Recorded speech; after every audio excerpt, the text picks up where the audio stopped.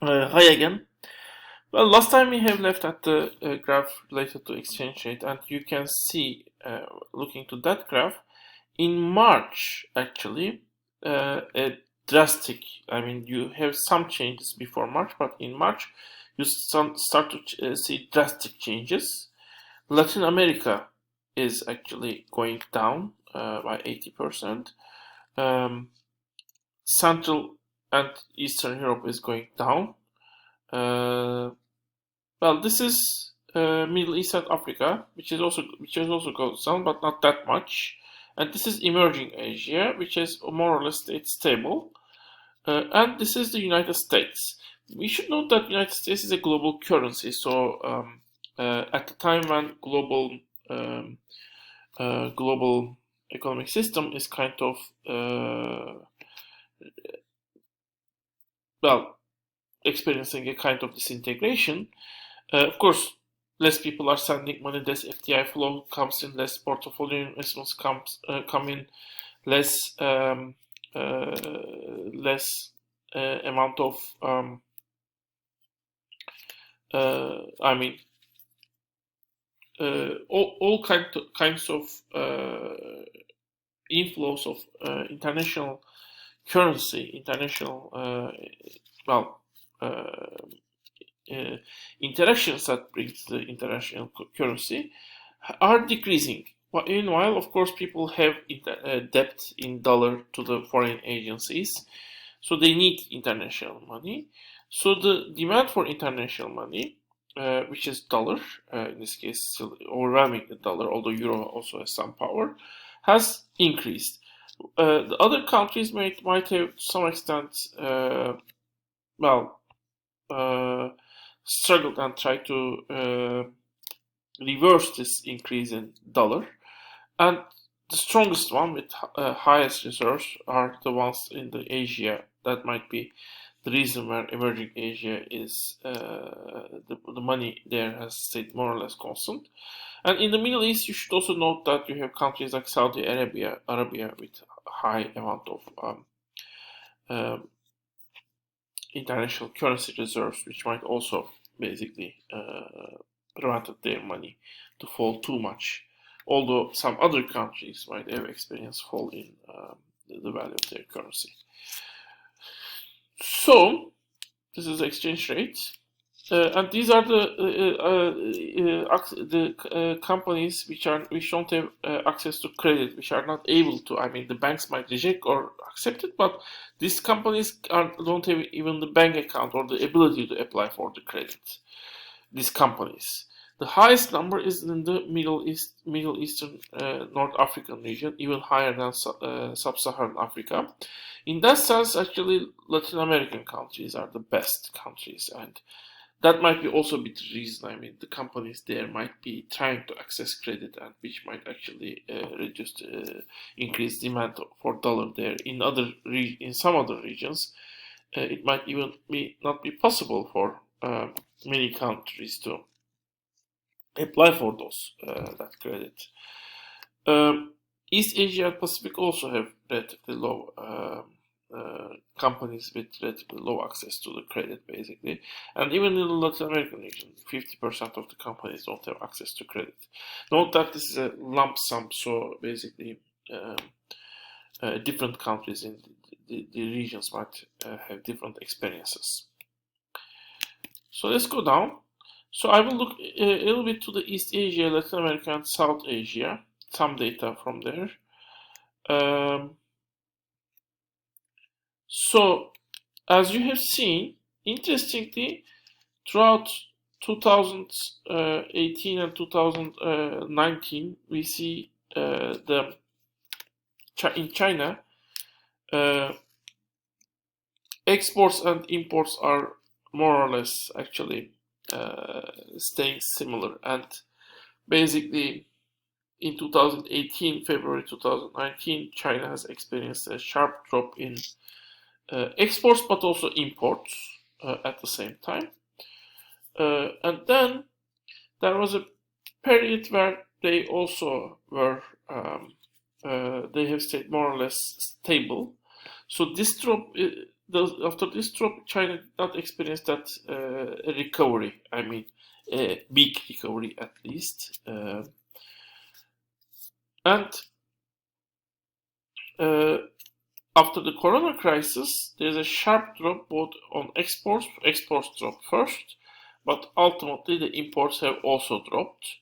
Interestingly, at April, import drops were there, but exports started to increase. We should note that the masks, for example, that are used throughout the world, many of them are produced in China. So for certain Chinese products that are cheap, there might still be demand, and that demand might have been recreated once at February.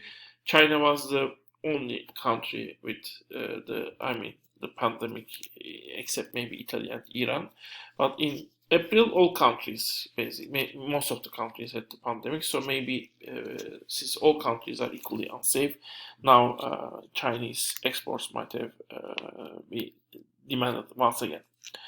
But again, as always, we make some predictions looking to the data and some guesses, but they need to be checked.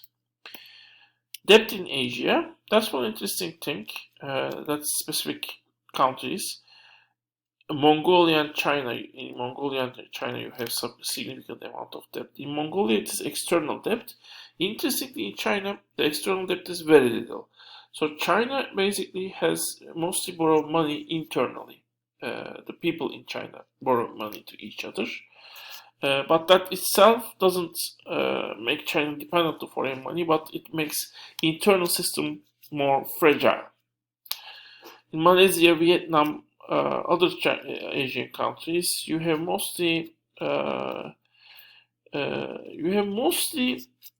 countries where internal debt is much more significant than the external debt.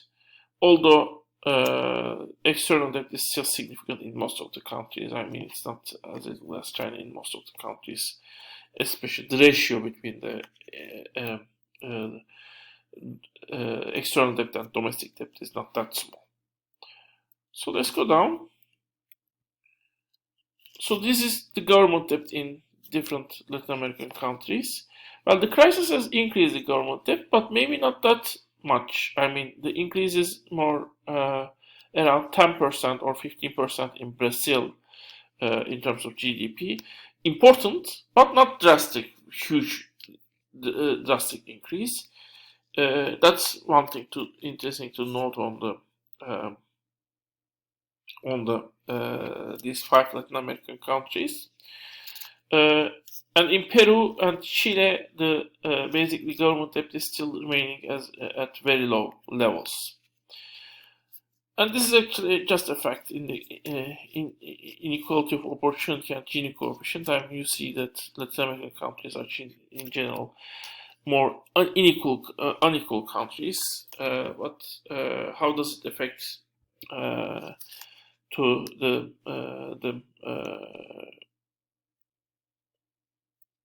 these countries' responses or these countries' experience of the pandemic? It's not obvious to see, of course, in this graph. Actually, it should be studied. It should be looked upon separately. But this is one of the defining characteristics of the Latin America. This specifically high level of inequality, which might be driven by the racial diversity of in those countries. Growth in Southeast Asia. You can again see the growth rate. January. These are the forecasts. I mean the extreme forecasts. We have already seen actually the growth rate, so this is not that much interesting in my opinion. Although in January it was around 6% and 7% and 5%, and in 2020 it has fallen to minus 2%, and you can see that in 2021 it is expected to remain positive. These are the forecasts. These are the forecasts done for the year at different time periods, basically. So the expectations has fallen all the way from the 7% to the -2%. And here it has fallen from 7% to 2%. Still, however, as we have seen before, the expected fall in the GDP level in South Asian countries, and these countries are India, Bangladesh, and Pakistan, basically, Sri Lanka, is more modest. But this region has experienced a lot of high level of growth rate, basically. That growth rate won't be experienced in the next two years. It will be more stagnant. But also, these countries are they don't expect to get out from the recession created by the pandemic fast also in 2021. But the effect of pandemic is expected to be relatively small in the South Asia. These are the debt levels in the South Asia also. A significant amount is government debt, except Bangladesh, where non-financial corporate debt is small. Non-financial corporate debt is the second important one, and you see the household debt. And you see the highest debt is in Sri Lanka. In India, you also have a significant amount of debt, although compared with the developed countries, it is comparable to developed countries, not much larger than the developed countries. And government debt is around 70%, basically. In Pakistan and Bangladesh, you have a lower amount of debt, although in Pakistan, government debt is at the range of Sri Lanka and India still. This is not related to pandemics, basically, but you see in general the decrease in the poverty percentage of population which is experiencing poverty. This is South Asia, basically, and you see the only significantly poor countries are Sub-Saharan Africa. It would be interesting to look once the data will be more clear whether the pandemic has changed these conditions. The one that is increasing is the Middle East, North Africa, basically. And one interesting aspect is, again, the decrease in the oil prices. This is the case. Most of it is created by demand. Some of it is created by the supply. Not all crises were like this. In 1986, for example, the supply side was more effective. I would that's the case when the suppliers of the oil were also able to organize and decrease the supply. But after 1990s, maybe increasing the demand side crisis become more dominant. And this crisis also demand side crisis. Although supply also have some effect in the decrease in oil price. So, lastly, let me introduce you today's discussion.